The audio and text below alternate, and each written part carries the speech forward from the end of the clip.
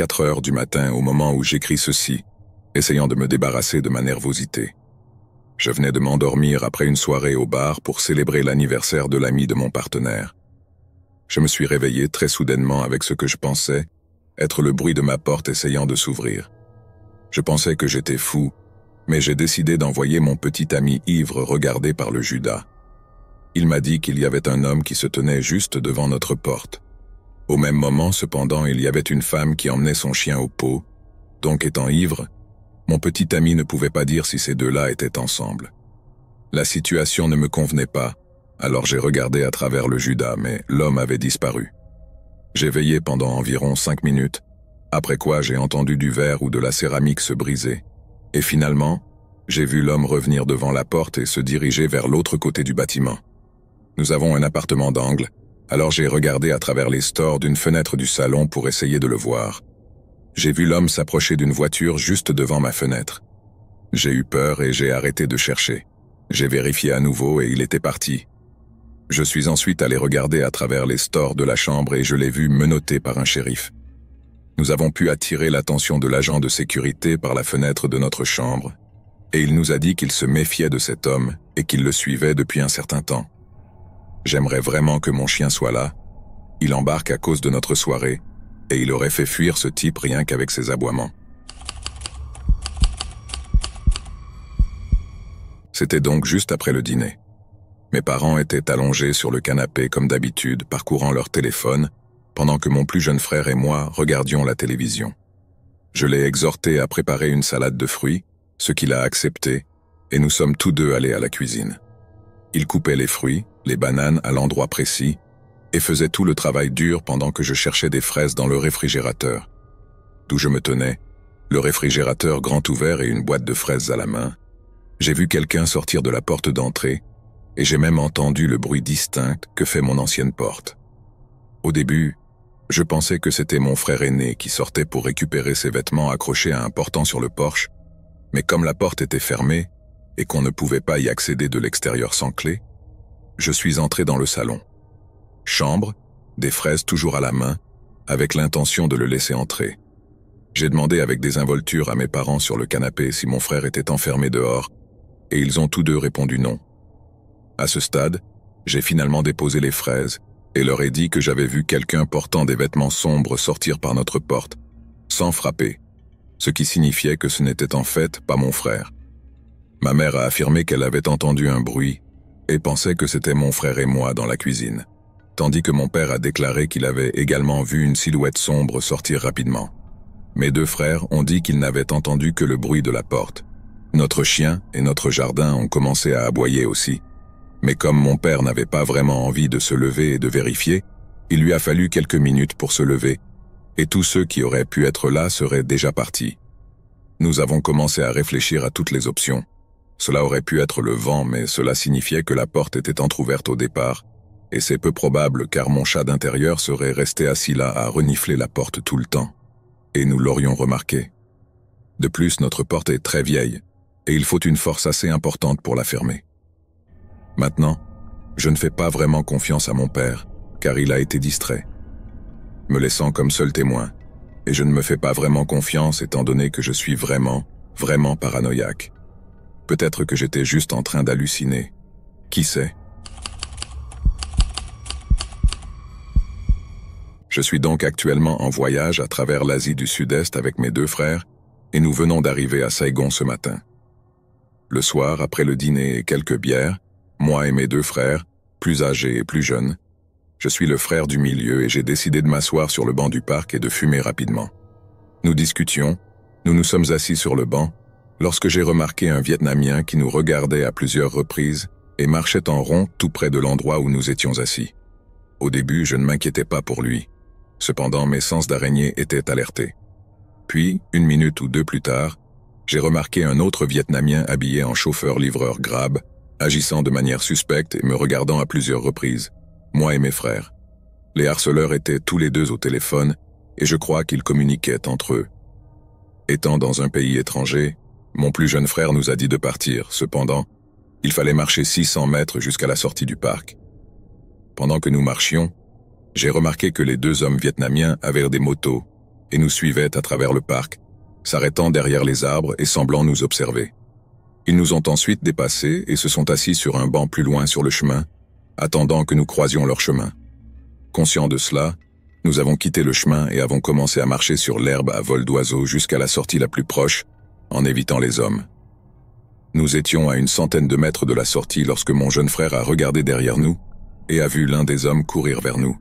Mon jeune frère a pris une position de combat, s'est tenu debout face à l'homme et a crié ce qu'il voulait. La posture de l'homme est devenue très petite et il a commencé à parler très doucement. Mon jeune frère et moi avons gardé une bonne distance et lui avons dit de nous laisser tranquilles, alors que nous marchions à reculons vers la sortie, remarquant le deuxième agresseur qui s'approchait également de nous en tenue de moto. Cependant, mon frère aîné a décidé qu'au lieu d'essayer de se sortir de la situation, il s'est rapproché du Vietnamien qui chuchotait pour entendre ce qu'il disait. Mon jeune frère et moi lui crions de sortir d'ici, mais il agissait de manière stupide. Il semblait qu'on l'avait persuadé de faire cela. Il n'a fallu que 5 secondes au Vietnamien pour gagner la confiance de mon frère. Puis, sorti de nulle part, alors que mon frère se penchait très près pour essayer d'entendre ce que l'homme disait, le Vietnamien a attrapé l'entrejambe de mon frère. Mon frère a été choqué. J'étais prêt à me battre, m'attendant à être volé ou quelque chose du genre, mais la saisie à l'entrejambe était complètement inattendue. Après cela, nous avons commencé à crier et les hommes ont pris la fuite. Pour le contexte, mon jeune frère et moi sommes des combattants compétitifs de MMA. J'ai même posté un de mes combats sur Reddit si vous voulez une preuve. Cependant, la situation était inattendue et nous n'avons commis aucune violence envers les hommes. Nous leur avons juste crié dessus. Pourtant, ce fut l'une des nuits les plus étranges que j'ai jamais vécues. Pour vous situer, premièrement, je suis une femme de 29 ans. Je vivais dans un appartement dans un quartier plus modeste de ma ville. Donc je ne suis pas étranger à voir des gens étranges arriver et des choses étranges se produire. J'ai déjà subi une effraction à la maison. Je suis donc très vigilant lorsqu'il s'agit d'assurer ma sécurité et celle de ma maison. Je fume aussi des cigarettes. Mauvaise habitude, je sais. Mais ayant des chats et ne voulant pas que ma maison pue la fumée, je sors sur mon balcon pour fumer, et c'est exactement ce que je faisais lorsque cela s'est produit. J'étais assis sur mon balcon, je fumais, et je profitais de ma nuit lorsque j'ai remarqué une voiture que je n'avais jamais vue auparavant dans le parking arrière de mon appartement, juste à côté de mon balcon. Au début, je me sentais un peu mal, mais je ne voulais pas passer pour un voisin paranoïaque, alors je reste assis à fumer ma cigarette. Puis j'entends des pas se diriger droit dans mon jardin. Il y a un homme grand et costaud que je n'ai jamais vu auparavant, marchant d'un pas vif dans mon jardin. Encore une fois, je n'essaie toujours pas d'en tirer grand profit parce qu'il pourrait être là pour mon voisin ou quelque chose du genre. Mon anxiété est définitivement en alerte, mais pas en mode panique jusqu'à ce que je réalise qu'il se dirige directement vers ma partie du jardin. Il fait alors quelque chose qui me fait encore flipper pendant que j'écris ceci. Il s'arrête juste dans mon jardin et me regarde sur mon balcon sans dire un mot. Maintenant, je suis en mode panique absolue. Je dis de manière audible « Oh non !» sursauter, claquer et verrouiller la porte de mon balcon, courir vers ma salle de bain à l'étage et composer le 911. J'écoute tous les bruits venant d'en bas pendant que je paniquais dans ma salle de bain. Et à vrai dire, c'était comme si quelqu'un jouait avec ma porte arrière. Je n'en suis pas sûr car j'étais en mode super vigilant. Je sais qu'il est resté dans mon jardin pendant quelques minutes parce que j'étais dans ma salle de bain pendant plusieurs minutes, jusqu'à ce que je décide de jeter un coup d'œil par la fenêtre de mon balcon. Je l'ai vu marcher vers sa voiture et monter. Cela me dit aussi que je ne pense pas qu'il était là pour me voler, mais peut-être pour quelque chose de plus sinistre. Heureusement qu'il était paresseux car, encore une fois, je vis dans le quartier le moins cher de la ville. Vous pouvez donc imaginer la qualité de mes portes et serrures. J'espère vraiment que c'était juste un gars qui était ivre ou défoncé et qui n'avait pas la bonne maison, mais mon instinct me dit la vérité. Sinon, cela s'est produit il y a quelques années. Je suis une femme de 26 ans et je promenais mon chien Indy dans mon champ local. Il faisait sombre, mais il n'était pas tard. C'était l'hiver au Royaume-Uni, il était donc peut-être 6 heures du soir. Le terrain est principalement utilisé pour le rugby et le football, mais il est totalement libre de le traverser à tout moment. Il est également entouré de maisons et de lampadaires sur la route, mais le champ lui-même est sombre. J'avais donc apporté une torche avec moi, principalement pour ne pas marcher sur des excréments de chiens. Je suis arrivé par une entrée sur le terrain, et je suis un chemin qui mène à une autre sortie et entrée. J'utilise le champ pour faire une boucle jusqu'à la route et revenir à ma maison, ce qui donne à mon chien un peu de temps sans laisse pendant qu'il est sur le terrain. Quoi qu'il en soit, alors que je marchais sur le terrain, j'ai remarqué une silhouette marchant vers la sortie-entrée que j'allais utiliser pour sortir. Je garde un œil sur la silhouette, ils portent des vêtements très sombres et leur capuche est relevée. J'allume mon flambeau, donc je sais que la personne sait que je suis là car c'est très évident. Au début, je n'étais pas nerveux, j'étais juste vigilant. Indy est un merveilleux berger allemand, donc comme vous pouvez l'imaginer, je me sens plutôt en sécurité avec elle. Ce n'est que lorsque j'ai vu la personne se cacher derrière un buisson ou un arbre. Il y a beaucoup de nouveaux buissons d'arbres plantés sporadiquement sur la partie du terrain utilisée pour les sports que j'ai complètement gelé. J'étais à environ 200 pieds de la sortie, mais je devrais passer devant le buisson derrière lequel il se cachait pour y accéder. J'appelle Indy pour la remettre en laisse afin qu'elle soit à proximité. À ce stade, elle est également hyper alerte à cause de la personne derrière le buisson. C'est assez évident. Sur ce, j'entends une étrange voix aiguë qui donnait l'impression qu'il prononçait le nom de mon chien. J'ai supposé qu'ils m'avaient entendu l'appeler ainsi, et ils l'ont dit 3 ou 4 fois avec cette longue voix aiguë. Cela vient clairement de la personne qui se cache. Heureusement, Indy n'a pas réagi, car cela ressemblait probablement à peine à son nom pour elle. J'ai eu un moment de question. Dois-je me battre ou fuir? Soit je cours devant le buisson et essaie de sortir, soit je fais demi-tour et je retourne dans le champ sombre et je me dirige vers l'autre sortie beaucoup plus loin. Soit j'affronte ce monstre. À ce stade, Indy a les poils relevés, les oreilles relevées et est très alerte devant moi, tout en conservant un merveilleux sentiment de calme. J'ai opté pour le numéro 3. Je les ai confrontés. J'ai rassemblé tout mon courage et toute ma confiance et j'ai crié de toute ma voix « Qu'est-ce que tu fais ?» L'homme cagoulé est sorti très vite du buisson sans rien dire. Et j'ai répété sur le même ton « Qu'est-ce que tu fais en essayant d'effrayer une jeune femme ?» Je suis tellement contente que ma voix n'ait pas tremblé ou ne se soit pas cassée quand je l'ai dit, car j'étais vraiment terrifié à ce stade. Il a commencé à bégayer et a dit « Oh, je pensais que tu étais quelqu'un que je connaissais. » J'ai répondu « Qui se cache de quelqu'un qu'il pense connaître dans un champ sombre ?» Après cela, il s'est excusé encore quelques fois et a continué à dévaler le reste du peloton. Et j'ai fait une sortie rapide avec Indy. Dieu sait quelles étaient ses intentions. Peut-être qu'il pensait que j'avais un chien plus petit et qu'il essayait de m'attaquer. Peut-être qu'il a vu Indy et n'a réalisé aucune chance, ou peut-être qu'il pensait vraiment que j'étais quelqu'un qu'il connaissait. Quoi qu'il en soit, c'était bizarre. Je veux raconter cette histoire pour avertir les autres. Je suis une femme de 18 ans vivant dans le Maryland, aux États-Unis. J'ai travaillé dans un restaurant de burgers très populaire. Je travaille au guichet de paiement, où je reste toute la nuit. Je suis très sympathique. Je sais que parfois un sourire et un compliment peuvent rendre la journée de quelqu'un un peu meilleure. La nuit même, avant l'arrivée de la plante grimpante, une cliente m'a dit que j'étais si heureuse et qu'elle m'aimait pour cela. Cela m'a donné le courage et l'énergie nécessaires pour survivre à cette prochaine interaction. Je suis habitué aux commentaires et aux regards maladroits des hommes plus âgés. Je suis sûr que c'est ma gentillesse qui les attire. Nos uniformes ne sont pas très révélateurs. Ils pensent que je suis naïf. Je le suis peut-être bien plus que je ne le pensais, mais je suis pleinement conscient des dangers du trafic. Ce vieil homme est arrivé juste avant 6 heures. Il fit semblant de ne pas entendre son ordre puis rit comme s'il s'agissait d'une sorte de blague entre 2 amis. Ce n'est pas rare, c'est une histoire de vieux. Pas encore de signaux d'alarme. Je lui dis son total et il me donne tout sauf la monnaie. Quand il fait cela, il agite l'argent et me fait courir après. J'ai réussi à récupérer l'argent, mais encore une fois, c'était juste une sorte de truc de vieux, pensais-je. Pas encore inquiet, il a regardé le nom de l'entreprise sur ma chemise et m'a demandé si c'était mon nom.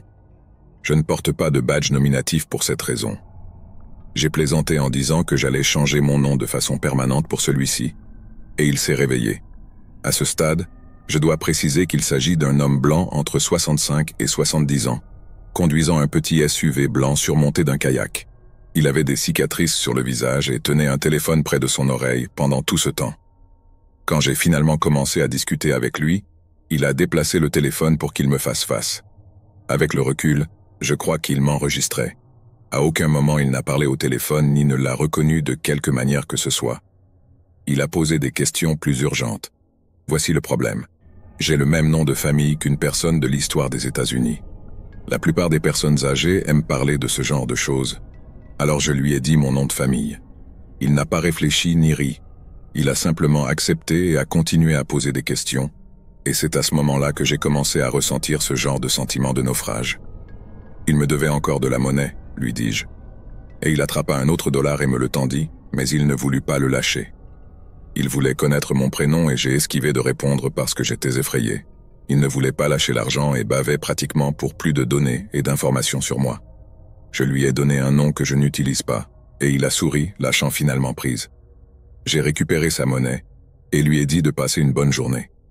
J'ai ensuite immédiatement quitté la fenêtre et raconté à un de mes collègues cette expérience étrange. Il est revenu seulement 2 heures plus tard.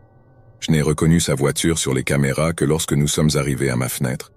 Je n'avais pas trop réfléchi à notre interaction et j'étais occupé à envoyer des SMS à mon père pour savoir si un sandwich au poulet était ou non un hamburger. Mon estomac s'est effondré quand j'ai vu son visage. J'ai de nombreux habitués que j'aurais tous été heureux de voir. J'espère qu'il ne le deviendra pas. En fait, je vais appeler la police. Il a souri et a dit « Hé, celui qui porte le nom de famille ». J'ai souri et souhaité les jours où nous portions tous des masques. Je lui dis son total et il me fait à nouveau courir après l'argent. Pendant tout ce temps, il avait son téléphone contre son oreille, face à moi. Il commence à poser des questions encore plus intimes sur moi. Je mens ou les esquive du mieux que je peux, ne lui donnant aucune réponse correcte, voulant que notre interaction soit aussi courte que possible. Certaines des questions qu'il m'a posées étaient « À quelle fréquence travaillez-vous? À quelle heure partez-vous? Quel âge avez-vous » Pour celui-là, je savais qu'il ne partirait pas sans numéro. Et j'avais la désagréable impression que plus le jeune ne serait pas le meilleur, alors j'ai dit probablement la vingtaine. Il a plaisanté en disant que j'étais légal. J'ai fait la grimace et j'ai essayé d'obtenir sa monnaie encore plus rapidement. Il m'a demandé si j'avais un petit ami. Je devenais de plus en plus nerveux, alors mes réponses devenaient de plus en plus sarcastiques. Je lui ai dit que les garçons étaient un problème. Il a spécifiquement parlé de lui-même et a dit qu'il me traiterait correctement. Je lui ai remis son reçu et lui ai dit de passer une bonne soirée. Il leva les mains en l'air et disait « Ne sois pas comme ça, je te traiterai bien. » J'ai fermé ma fenêtre et j'ai dit au revoir. Il fit un peu plus d'histoire, mais finit par avancer. Pour sa question sur la date à laquelle je quittais le travail, je crois qu'il surveillait le restaurant. À ce moment-là, je tremblais et j'ai appelé ma mère, et elle est immédiatement arrivée. J'ai parlé à mon manager et j'étais un peu incertain de la couleur de la voiture, alors il a vérifié la caméra pour moi. Bravo à mon manager, c'est le meilleur. J'ai continué à ma fenêtre en guettant le vieux, mais je ne l'ai plus revu. Je suis parti 1 heure plus tôt et j'ai donné des instructions précises à mon manager pour ne pas placer de filles à ma fenêtre, et il a accepté. Ces interactions sont malheureusement ce qui a rendu les travailleurs des services autrefois heureux et joyeux devenus aigres et silencieux. Je pense que je vais prendre quelques jours de congé. J'avais déjà un autre emploi en vue, et je suis ravi de commencer par là à la place. Je suis une femme d'une 30aine d'années, qui vit seule dans une petite maison au fond d'une impasse tranquille au Royaume-Uni. Il y a un dédale de route à l'écart de la route principale, ce qui fait qu'à part les livreurs et les vendeurs occasionnels, on croise très rarement quelqu'un qu'on ne reconnaît pas. Je ne connais pas exactement tous mes voisins, mais je sais à quoi ils ressemblent et je sais où ils habitent. Je peux reconnaître leur voiture et tout ce genre de choses. Cette bizarrerie s'est produite en l'espace de quelques mois, il y a plusieurs années. Je travaille à domicile, donc je suis généralement présent et parfois je n'ai pas grand-chose à faire. Le premier jour était un de ces jours de farniente. Il était environ 4 heures de l'après-midi et j'étais assis sur le canapé en train de regarder des trucs stupides sur les dissimulations extraterrestres ou quelque chose du genre. Quelqu'un a frappé à la porte. J'ai une caméra de surveillance cachée dans l'auvent en bois au-dessus de la porte d'entrée. J'ai donc vérifié de qui il s'agissait car je n'attendais aucune livraison et je n'avais pas envie de traiter avec un vendeur. C'était une femme qui avait l'air d'avoir entre la quarantaine et le début de la cinquantaine, très habillée, avec des vêtements et des bijoux très chers, des choses que je ne pourrais jamais me permettre. La plupart des gens ici ne pouvaient généralement pas se le permettre non plus. Nous ne sommes pas un quartier riche, et cette dame s'est fait remarquer comme un pouce endolori. Elle avait l'air troublée et agitée, jetant un coup d'œil vers le jardin arrière avant d'essayer de regarder à travers la petite fenêtre en verre dépoli de la porte d'entrée. J'ai remarqué qu'elle portait une laisse pour chien, mais je n'ai pas vu de chien dessus. Il se trouve que, de l'autre côté de mon jardin, il y a 2 haies. Il y a la haie que je possède avec les limites de ma propriété, et il y a une deuxième haie à l'extérieur de mes limites qui appartient au conseil, le long d'une petite prairie où les gens promènent leurs chiens. Je sais pertinemment qu'il y a un trou dans la haie appartenant au conseil, ce que j'ai signalé au conseil au moins une douzaine de fois au cours de la dernière décennie, et ils ont fait la racine carrée du gazon à cause de ma haie.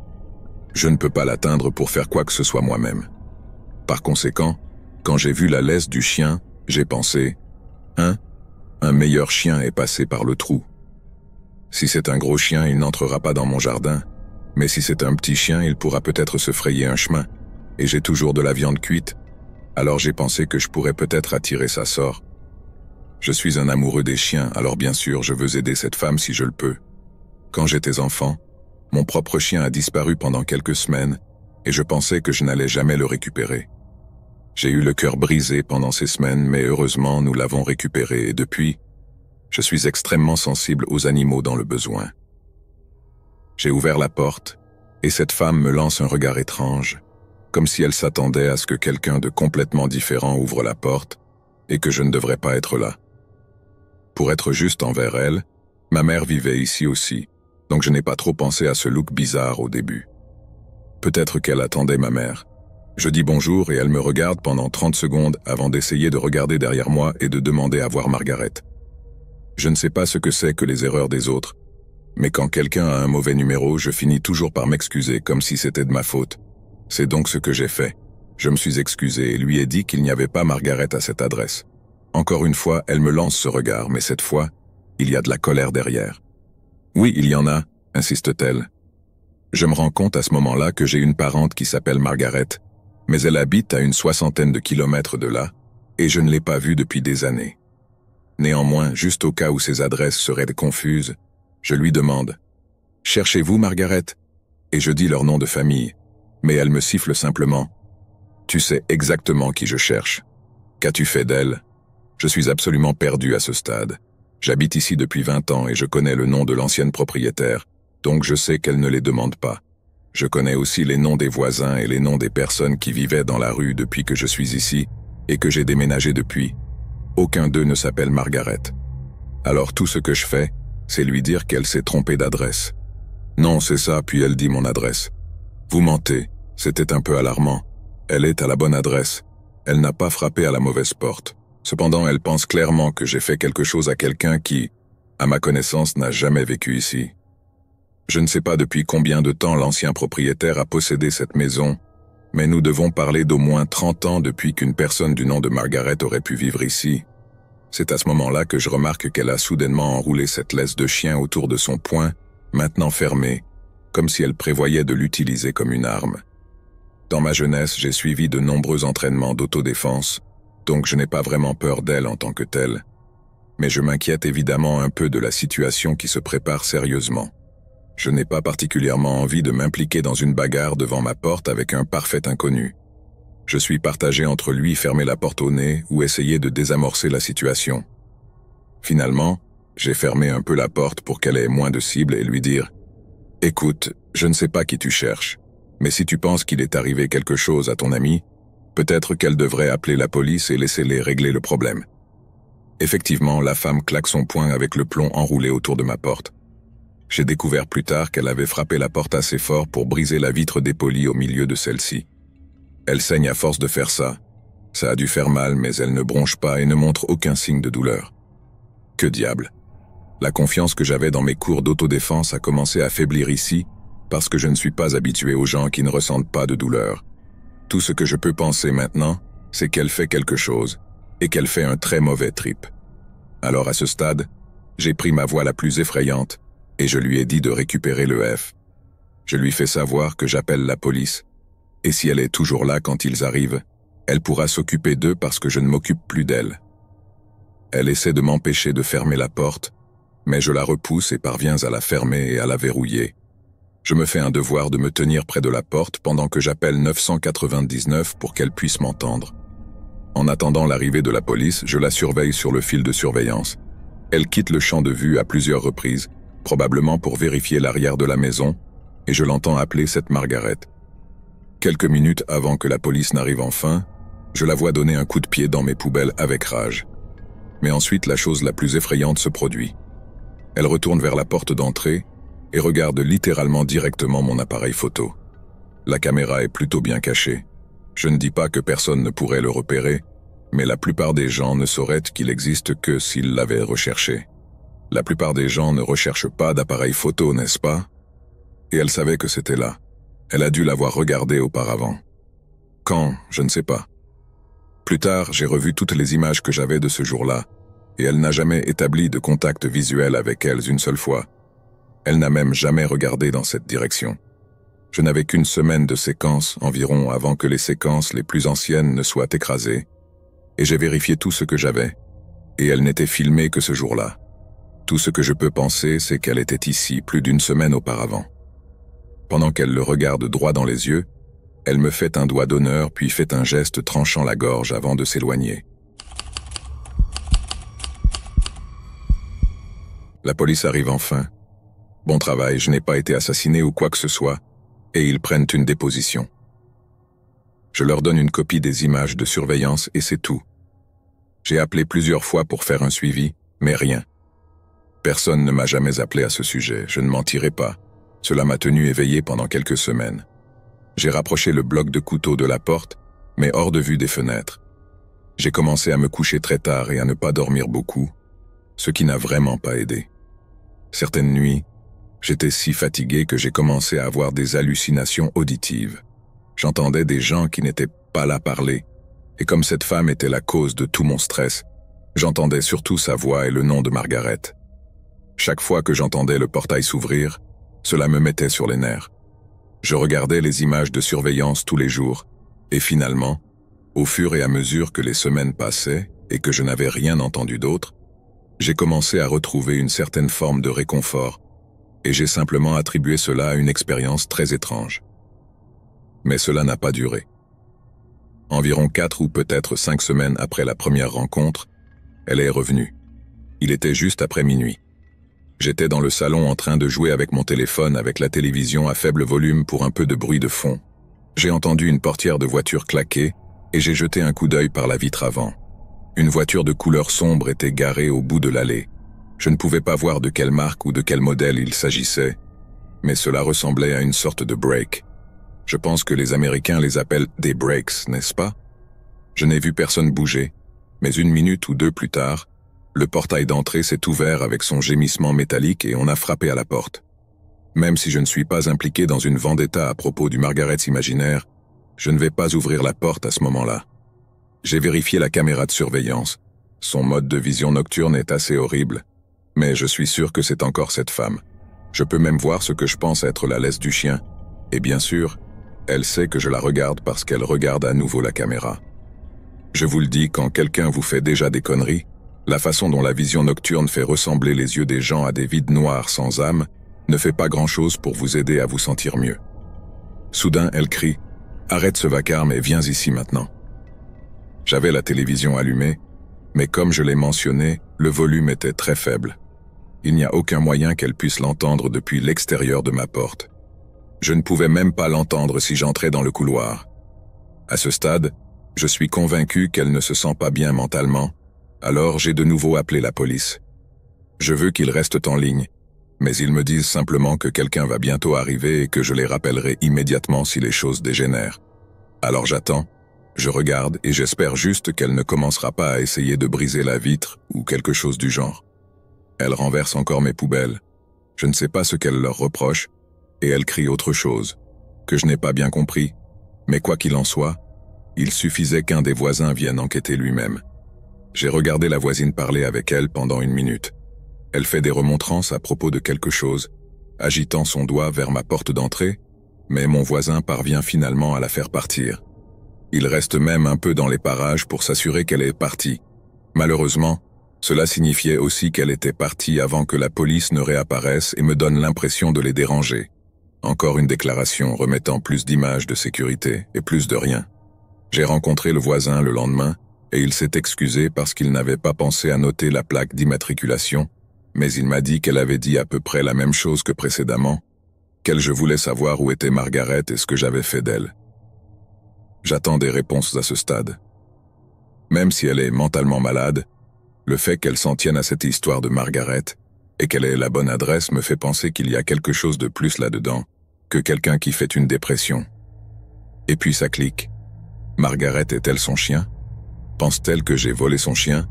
Est-ce qu'elle a fait passer un chien par le trou à l'arrière? Pense-t-elle que j'ai blessé le chien? Est-ce de cela qu'il s'agit? Il lui faudra encore une semaine avant de revenir, et cette fois à 3 heures du matin. Je suis réveillé en frappant à la porte. Quelques minutes plus tard, j'entends des coups à la fenêtre de la chambre. Je sais que c'est elle. Je l'entends dire des choses, mais je n'arrive pas vraiment à les distinguer parce qu'elles sont trop étouffées par les fenêtres. C'est comme si elle ne voulait plus faire sortir le voisin. Alors elle essaie de garder le silence. Je saute du lit et enfile quelques vêtements aussi vite que possible. J'essaie de la suivre du mieux que je peux pendant qu'elle se déplace à l'extérieur de la maison, de pièce en pièce, frappant, tapotant et marmonnant. Je pense que j'entends quelques mots cohérents comme « bruit »,« vacarme », et je suis presque sûr qu'elle m'a traité d'autres insultes, mais peut-être que j'imaginais ça. Je ne peux pas vérifier les images de surveillance cette fois, parce qu'elle a peint l'objectif à la bombe. Non pas que cela n'ait pas beaucoup d'importance cette fois-ci, elle ne s'attarde pas devant la porte d'entrée. Je pense appeler à nouveau la police, mais jusqu'à présent, c'est une perte de temps et j'ai l'impression que si je les appelle une 3e fois et qu'elle est partie, ils vont juste commencer à m'accuser de leur faire perdre leur temps, même si j'en ai la preuve. Ils n'ont pas vraiment été très utiles jusqu'à présent. Finalement, j'attends devant la porte d'entrée et je l'écoute. Finalement, elle frappe à nouveau et je crie. « Est-ce que Margaret est votre chien ?» Un silence de mort. Rien. Je ne vois rien à travers le verre dépoli car il fait trop sombre. Je ne sais pas où elle se trouve et je ne veux pas allumer les lumières extérieures. Je ne sais même pas pourquoi elle sait que je suis dans la maison parce que je l'ai appelée, mais je ne veux toujours pas attirer davantage l'attention sur moi. J'ai fini par rester là on ne sait combien de temps, au moins 1 heure, probablement plus, car le soleil commence à se lever. Mon cœur bat à toute vitesse presque tout le temps. Une fois qu'il fait suffisamment clair, je commence à vérifier par les fenêtres pour voir si je peux la voir. Rien. J'ouvre timidement la porte d'entrée et regarde dehors. Je ne peux toujours pas la voir. Je prends quelque chose pour m'armer au cas où. Je ne me souviens plus de quoi maintenant, et je vérifie tout autour de ma maison dans le jardin arrière. Elle n'est pas là. Alors que je me dirige vers la porte d'entrée, je remarque la chose la plus étrange. Le portail est fermé. Le portail est physiquement fixé sur le côté de ma maison et lorsqu'il s'ouvre et se ferme, il fait pas mal de bruit. Vous l'entendez certainement si quelqu'un l'ouvre ou le ferme alors que vous vous tenez à côté de la porte d'entrée, mais elle est fermée. Alors qu'est-ce que ça veut dire? L'a-t-elle sauté d'une manière ou d'une autre? C'est impossible, je suppose, mais je ne voudrais pas essayer de toute façon. J'ai ouvert le portail et me suis dirigé vers le bout de l'allée. Je regarde autour de moi et je ne vois aucun signe de personne. Je me suis retourné vers la maison et j'ai vu qu'elle avait peint à la bombe le mot « menteur » sur la façade de ma maison et qu'elle avait laissé la laisse du chien sur le sol en dessous.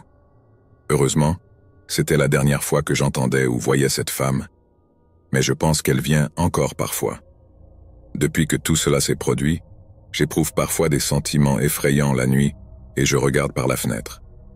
Je ne sais pas si je l'imagine ou quoi, mais de temps en temps, je jure que je vois un break de couleur sombre dans la rue, pas garé au bout de l'allée ces jours-ci, mais je ne peux pas me débarrasser du sentiment qu'elle est là-dedans et surveille ma maison. Peut-être qu'elle cherchait son chien et elle continue de penser qu'elle me verra avec lui. J'étais employé comme agent de protection de l'enfance. Un rapport a été publié concernant un beau-père qui abusait de ses enfants et mon chef d'équipe m'a confié l'enquête. Lorsque j'ai interrogé l'aîné des enfants avec la police, elle présentait des blessures physiques très visibles et m'a raconté exactement ce qui s'était passé. Je vais épargner les détails, mais c'était horrible car les enfants étaient sous sa seule garde. Nous savions qu'il fallait les supprimer immédiatement. Nous avons envoyé une équipe de 2 employés à l'école des enfants pendant qu'un collègue et moi-même appelions le beau-père au bureau. J'ai mené l'interview et c'était horrible. Il n'a même pas essayé de nier qu'il avait blessé son beau-fils, disant simplement « C'est mon enfant, je ferai ce que je veux et tu ne peux pas m'arrêter ». Quand je lui ai remis les papiers, il a complètement perdu la tête. Il jurait et criait et a dit « Si nous étions à l'extérieur de ce bâtiment en ce moment, je te tuerais ». Nous avons fini par sortir en courant de la salle d'interrogatoire, en appuyant sur notre alarme d'urgence, et j'ai même dû faire un rapport de police sur tout cela, et c'est devenu vraiment compliqué. Le lendemain, nous avons eu un tribunal pour les enfants et mon responsable a décidé que je ne devais pas y assister à cause de tout ce qui s'était passé la veille. Mon collègue qui était présent m'a dit que cet homme était au tribunal et a crié à plusieurs reprises du genre « Où est cette bête d'ouvrier qui a emmené mes enfants ?» Je me souviens avoir eu un peu flippé, mais il n'est pas rare d'entendre des choses comme ça lorsqu'on doit retirer un enfant. Il est compréhensible que les émotions soient très fortes. On développe un peu de résilience en travaillant dans ce domaine, et dans l'ensemble, je me sentais surtout soulagé que ces enfants aient été placés chez une tante et soient en sécurité. Environ 2 semaines plus tard, j'ai dû rester tard au bureau pour un travail sans rapport. Il était environ 9 heures du soir lorsque j'ai fini, et j'étais la seule personne présente. Je suis sorti par l'arrière du bâtiment jusqu'à ma voiture. Il faisait très sombre, mais quand je me suis approché, j'ai cru voir une ombre se déplacer à l'avant de ma voiture juste pendant 1 seconde, puis elle a disparu. J'étais à une vingtaine de mètres à ce moment-là, mais cela m'a surpris. Je suis resté là pendant 1 seconde à regarder ma voiture, me demandant si j'étais simplement paranoïaque.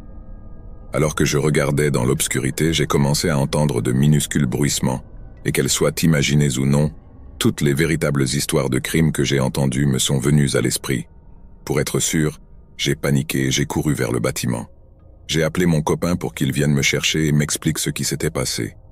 Au moment où il s'est dirigé vers les portes d'entrée, je m'étais convaincu que j'étais stupide, et je lui ai demandé de me conduire dans ma voiture. Il a fait le tour et, avec les phares de ma voiture, j'ai pu voir très clairement que mes 4 pneus avaient été crevés. J'étais dans un état de désordre absolu cette nuit-là, et j'ai immédiatement appelé la police. J'étais presque sûr que cet homme était responsable, mais comme je ne l'avais pas vu, je ne pouvais pas en être sûr.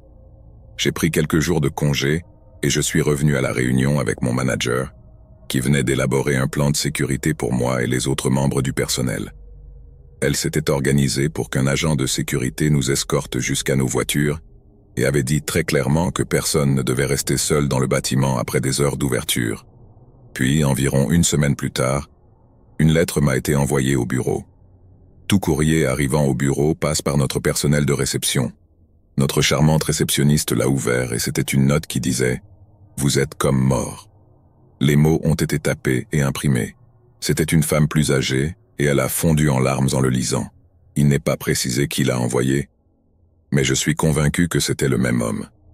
Au cours des années suivantes, les lettres n'ont cessé d'arriver, chacune de plus en plus longue. Ils m'ont traité de toutes sortes de noms terribles, y compris des choses comme dépanneur, disant que j'avais kidnappé et maltraité des enfants. C'était juste des choses horribles, horribles. Les menaces contenues dans les lettres étaient les pires. La personne qui les écrit a menacé de me faire des choses terribles, de me torturer, de me tuer, de découvrir où j'habite et d'incendier tout le bâtiment. Pour être honnête, la police n'a pas été très utile. En gros, ils ont dit que, compte tenu de la nature de notre travail, ils ne pouvaient pas affirmer de manière concluante qu'il s'agissait de cet homme, même s'ils l'avaient interrogé. Pour moi, tout cela semblait être une coïncidence assez massive. J'ai rencontré un gars sur Tinder et nous avons vraiment commencé à nous sympathiser. Nous discutions depuis quelques semaines et avons même découvert que nous avions quelques amis communs. J'étais assez ivre un soir et je me sentais sociable, alors j'ai décidé d'appeler un Uber chez lui.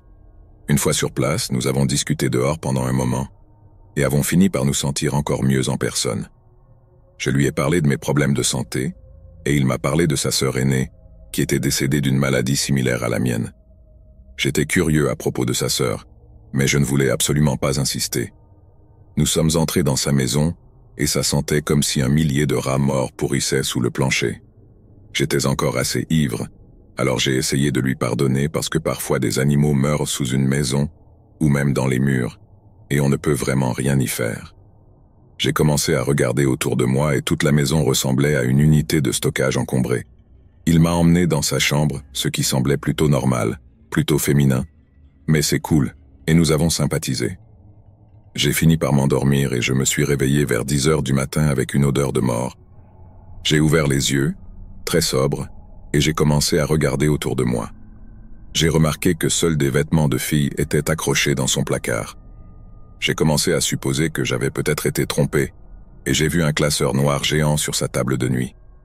Lorsqu'il s'est réveillé, j'ai décidé de lui demander en plaisantant ce qu'il y avait dans ce classeur géant. Il s'avère que c'était chaque épisode de Filles d'Or imprimé. Il a dit qu'il l'avait lu au travail et que c'était la seule émission qu'il regarderait jamais. D'accord, je lui ai demandé ce qu'il faisait dans le cadre de son travail, quelque chose que j'aurais certainement dû savoir à ce stade, et il a esquivé la question. Je me suis assis et j'ai regardé l'oreiller sur lequel je dormais confortablement. Il n'y avait pas de tête d'oreiller et était couvert de ce qui ressemblait à du vieux sang. On aurait dit que du sang avait été craché dessus. J'ai commencé à rassembler les pièces désagréables. J'ai demandé avec autant de sensibilité que possible. « Eh, c'était la chambre de ta sœur ? J'ai remarqué les vêtements dans le placard. » Il dit « Ouais, c'est son lit. Je n'ai rien changé ni lavé. Ça me fait juste me sentir mieux dans son lit. C'est en fait là que je l'ai tenue quand elle est morte, et tu me rappelles tellement de choses. D'elle. Je t'aime vraiment, vraiment. » Puis j'ai essayé avec désinvolture de me contacter comme s'il ne venait pas de m'annoncer des nouvelles troublantes. Je me sentais immensément désolé pour lui, mais je devais sortir de là. J'ai trouvé une excuse et je suis parti. J'ai décidé de ne pas le fantôme complètement à cause de la peine que je ressentais pour lui. Il était clairement confronté à des choses vraiment sombres. Nous sommes restés en contact pendant quelques semaines jusqu'à ce que j'aille sur l'application Find My Friends et que je remarque qu'il avait clairement pris mon téléphone. Alors que je dormais cette nuit-là et que je partageais ma position avec lui, je l'ai appelé et je suis parti. Ce n'était pas mon premier rodéo avec un type de harceleur, et je n'avais pas affaire à cela. Il m'a dit qu'il ne pouvait pas croire ce que je pensais. Il ferait ça et que je suis une personne vraiment horrible pour l'avoir largué parce que son chat est mort récemment. Je l'ai bloqué après qu'il ait dit cela à propos de son chat combiné avec sa tendance à s'accrocher aux choses. Je me demande vraiment ce que c'est. L'odeur l'était en fait, espérons que non. Et j'espère qu'il obtiendra de l'aide. Je ne veux plus jamais le revoir. Le petit cousin de mon ex-petite amie travaillait pour une entreprise de nettoyage en ville. Elle a été assignée à la même maison 3 jours par semaine, chez un vieux type riche qui vivait seul. Puis un jour, ils ont eu une sorte de désaccord.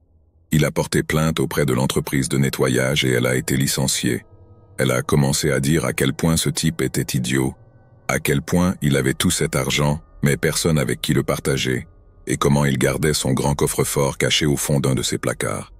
Cette dernière partie a attiré mon attention de manière très importante et, à la fin de la semaine, j'avais un plan pour découvrir ce qu'elle contenait. Vous voyez, j'étais, et je le dis gentiment, un véritable salaud. J'ai fait mon temps, donc je n'ai aucun regret, mais pendant un moment là-bas, j'ai gagné ma vie en faisant une carrière criminelle. J'ai survécu à des dizaines de vols violents et d'invasions de domicile. Et même s'il n'a fallu qu'un seul cas pour détruire ma vie, ce n'était pas celui pour lequel j'aurais aimé être arrêté. Cela n'a probablement pas beaucoup de sens pour certains d'entre vous, et d'ici la fin de ce que je m'apprête à vous dire, je ne peux pas garantir que cela deviendra plus clair, mais cela me convient parfaitement, car cela rendra 2 d'entre nous qui n'y trouvent aucun sens.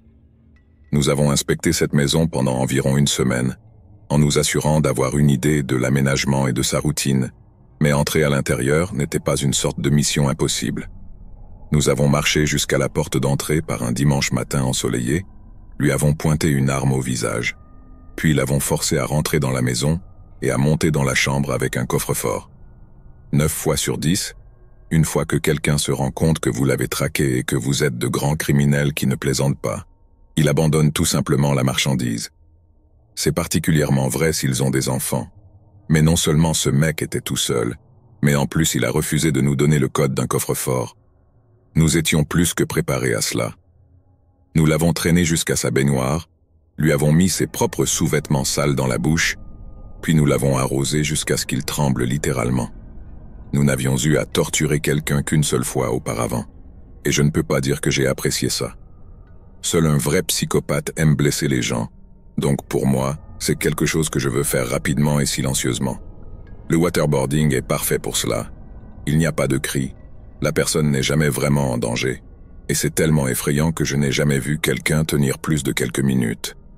Mais notre célibataire d'âge moyen le prenait comme un champion, bien plus longtemps que prévu. Nous avons retiré le sous-vêtement de sa bouche, lui avons demandé à nouveau le code, mais il a simplement fermé ses lèvres pour essayer de nous empêcher de forcer son boxeur trempé à rentrer dans sa bouche. Nous avons fait peut-être 5 ou 6 cycles de cela, et il n'a pas dit un putain de mot. Puis finalement, il a parlé, et je jure devant Jésus-Christ que je n'oublierai jamais ce qu'il a dit aussi longtemps que je vivrai. Tuez-moi, s'il vous plaît. Il était brisé, ou presque brisé en tout cas. Sa voix donnait l'impression qu'il était sur le point de commencer à brailler d'une seconde à l'autre. Je pense que sa réponse était si inattendue qu'elle n'a pas vraiment pénétré l'un de mes partenaires, qui a soudainement essayé cette approche de bon flic du type « Écoute, personne ne doit mourir, vieil homme. Donne-nous juste ce putain de code. » Il secoua la tête, remit le boxeur dans sa bouche et tout recommença. Encore quelques cycles, et il décida de parler à nouveau. « Ceci, c'est ce que vous pensez. S'il vous plaît, arrêtez. » Un de mes partenaires l'a traîné hors de la baignoire, s'est assis sur sa poitrine puis nous a dit de lui couvrir la bouche avant de mettre un taser dans ses affaires. Après cela, il était prêt à parler. Il nous a donné le code et nous l'avons branché sur le clavier. Et puis hop, la porte s'est déverrouillée et nous l'avons ouverte pour voir qu'il avait raison. Il n'y avait rien là-dedans. Rien qui ait une valeur évidente, en tout cas. Il y avait juste un tas de ce qui ressemblait à des livres, puis tout un tas de cassettes vidéo VHS. C'était la première fois que nous faisions une grave erreur de jugement. Alors que nous étions, aussi en colère qu'on peut l'imaginer, et désespérés, un de mes partenaires s'est enfui dans les autres chambres à la recherche de montres, de bijoux, de tout pour s'assurer que nous ne repartions pas complètement les mains vides.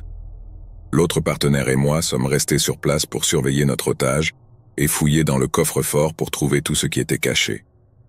Après tout, la chose intelligente à faire est de bien déguiser les choses, de nous faire croire que nous avons commis une erreur, alors qu'en réalité tous les diamants ont été cousus dans le dos d'un livre ou secrètement cachés dans la coque d'une vieille cassette VHS. Donc, comme je l'ai dit, nous avons commencé à vider le coffre-fort, à déchirer ce qui s'est avéré être des albums photos et à ouvrir les cassettes VHS. Nous avons commencé avec les cassettes, mais il n'y avait rien dans celles que nous avions brisées. Alors nous nous sommes tournés vers les albums photos. Dans le deuxième que nous avons ouvert, nous nous sommes un peu figés.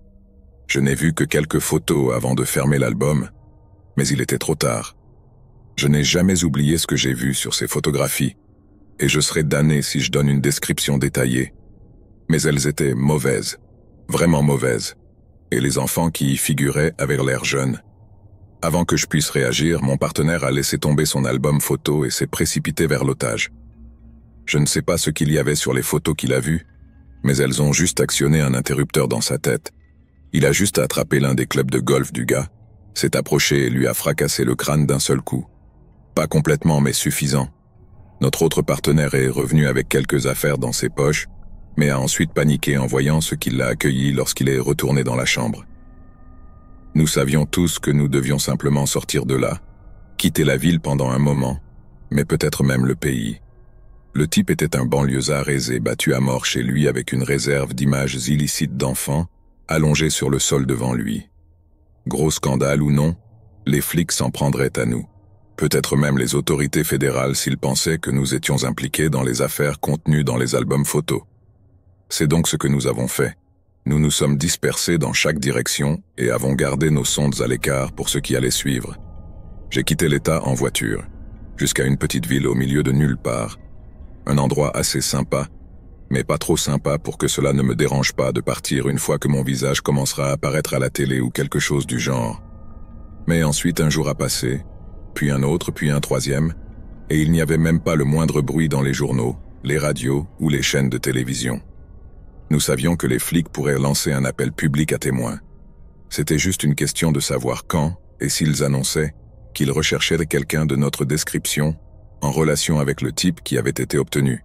S'ils ne le faisaient pas, alors cool, nous pourrions prendre encore environ une semaine et rentrer à la maison. Mais s'ils le faisaient, nous devions alors agir dès que possible. Gardant cela à l'esprit, nous étions collés aux informations télévisées et radiophoniques, nous attendant à ce que chaque nouvelle de dernière minute contienne nos noms, nos visages, ou quelque chose du genre.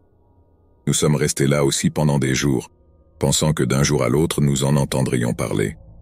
Mais quand nous l'avons finalement fait, ce n'était pas du tout ce à quoi nous nous attendions. L'homme que mon partenaire a tué, ou plutôt le monstre que mon partenaire a tué, a été porté disparu. Pas mort, pas recherché par rapport à toutes les conneries que nous avions trouvées, juste disparu. Il n'y avait aucune mention d'effraction, aucune mention de quoi que ce soit, sauf de la disparition soudaine et inexplicable d'un membre très apprécié de la communauté. Nous pensions que c'était une sorte de piège pour nous faire sortir de notre cachette, retourner à notre routine habituelle, afin que les flics, les fédéraux ou quiconque puisse nous envahir, nous arrêter, puis nous enfermer à vie. Mais cela n'est jamais arrivé. J'ai fini par me faire reprendre pour quelque chose quelques années plus tard, et je pensais que c'était à ce moment-là que le marteau allait tomber. Mais encore une fois, ce n'est pas le cas. J'ai été accusé de quelque chose qui n'avait aucun rapport avec ce qui s'est passé cette nuit-là, et j'ai fini par purger quelques années de prison pour cambriolage, vol qualifié et trafic de biens volés. Cela fait des années maintenant, et je n'ai toujours aucune nouvelle de ce qui s'est passé cette nuit-là. J'ai même pensé à envoyer aux flics une information anonyme ou quelque chose comme ça. Je sais que cela me ferait courir le risque d'aller en prison, et cette fois pour de bon, mais parfois j'ai l'impression de devenir fou. Je sais que certaines personnes réussissent vraiment à commettre un meurtre. Mais la nôtre n'est pas une de ces situations.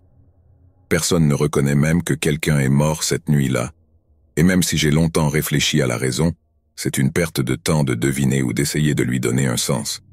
Je ne pense pas que cela ait beaucoup de sens pour être honnête. Quelqu'un s'est assuré que ce que nous avions trouvé ne verrait jamais le jour. Que ce soit pour protéger quelqu'un ou un groupe de personnes, je ne le sais pas, mais ce n'était certainement pas pour nous protéger. Quelqu'un d'autre que nous sait ce qui s'est passé cette nuit-là, et c'est s'il veut ou non gérer les choses à sa manière qui m'empêche de dormir la nuit, même toutes ces années plus tard.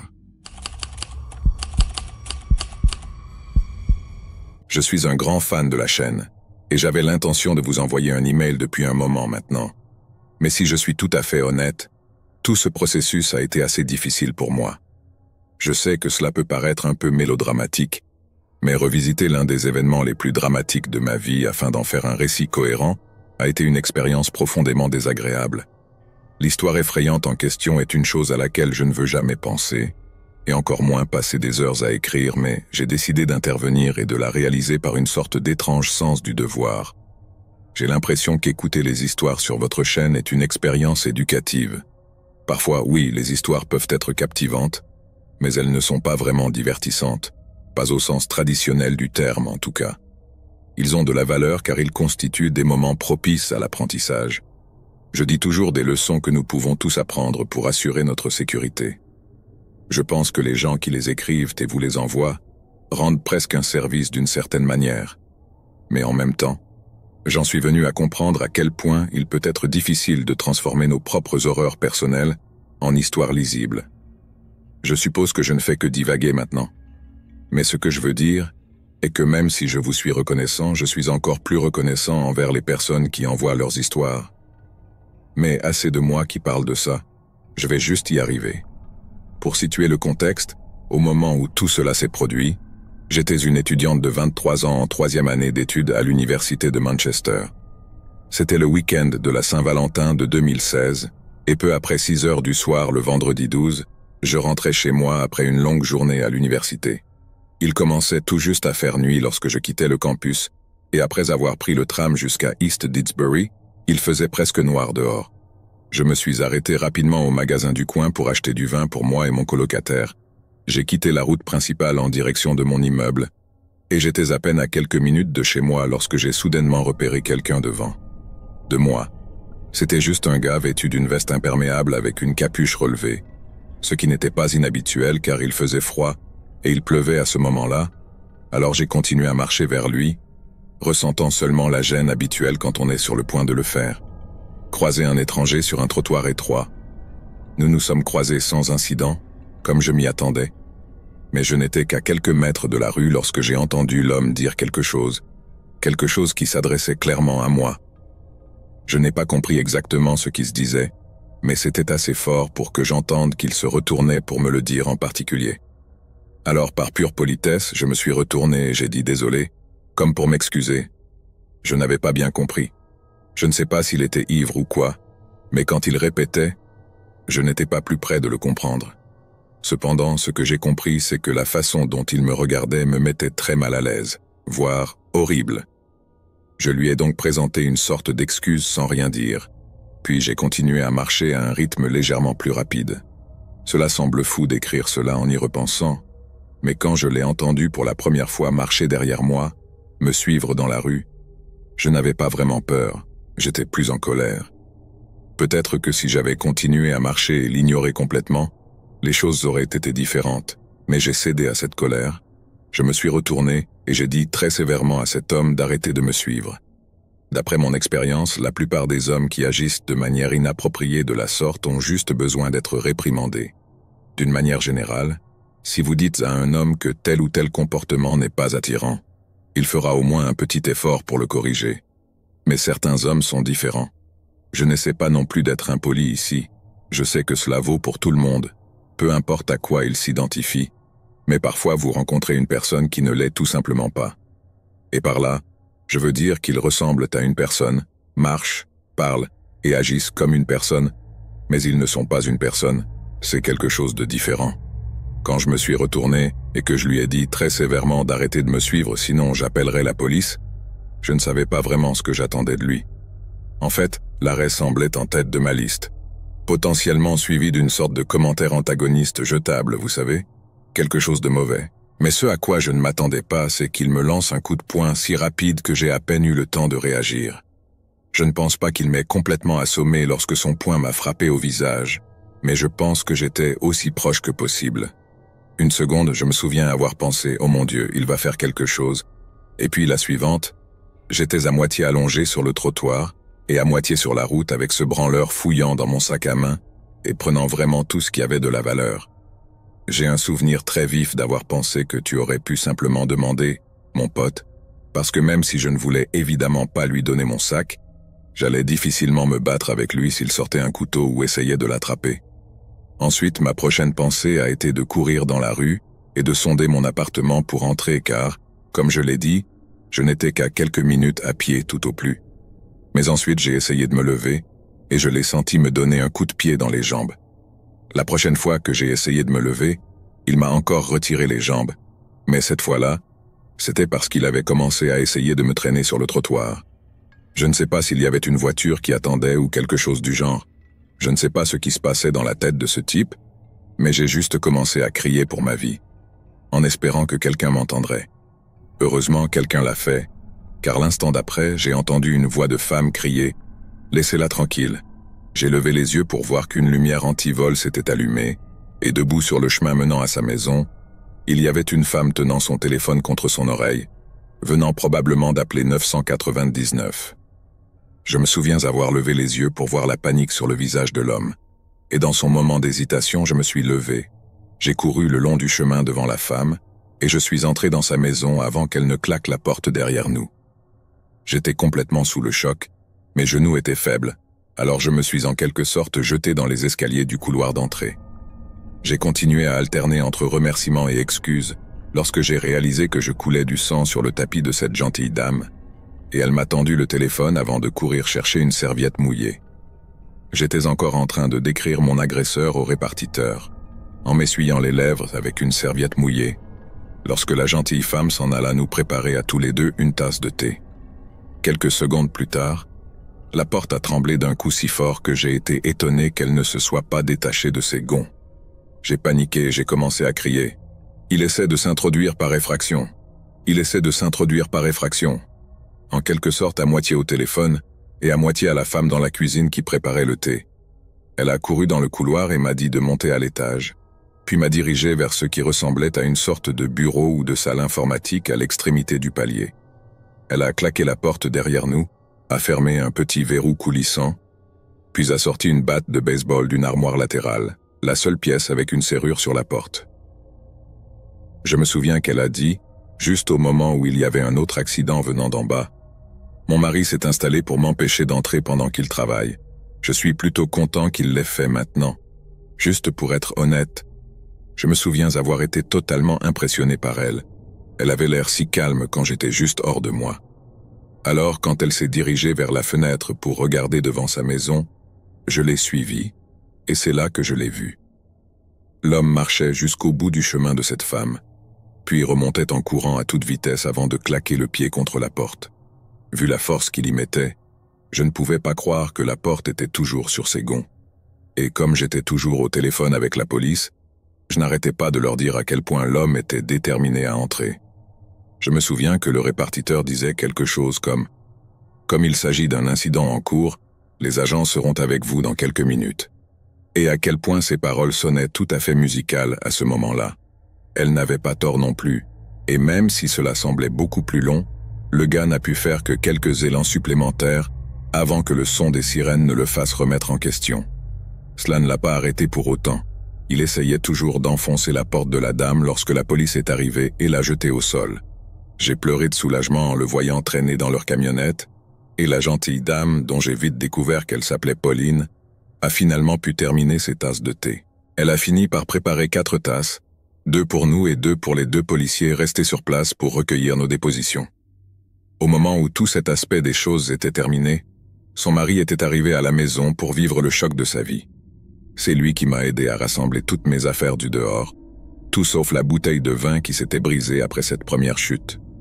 Puis, une fois qu'il a eu la gentillesse de m'aider à rassembler mes affaires, il m'a ramené chez moi. Mon colocataire a commencé à m'appeler pendant le voyage de retour, se demandant où j'étais. Je n'ai pas eu le cœur de lui dire au téléphone, alors je lui ai juste envoyé un texto disant « Rentre bientôt à la maison mais pas de vin ».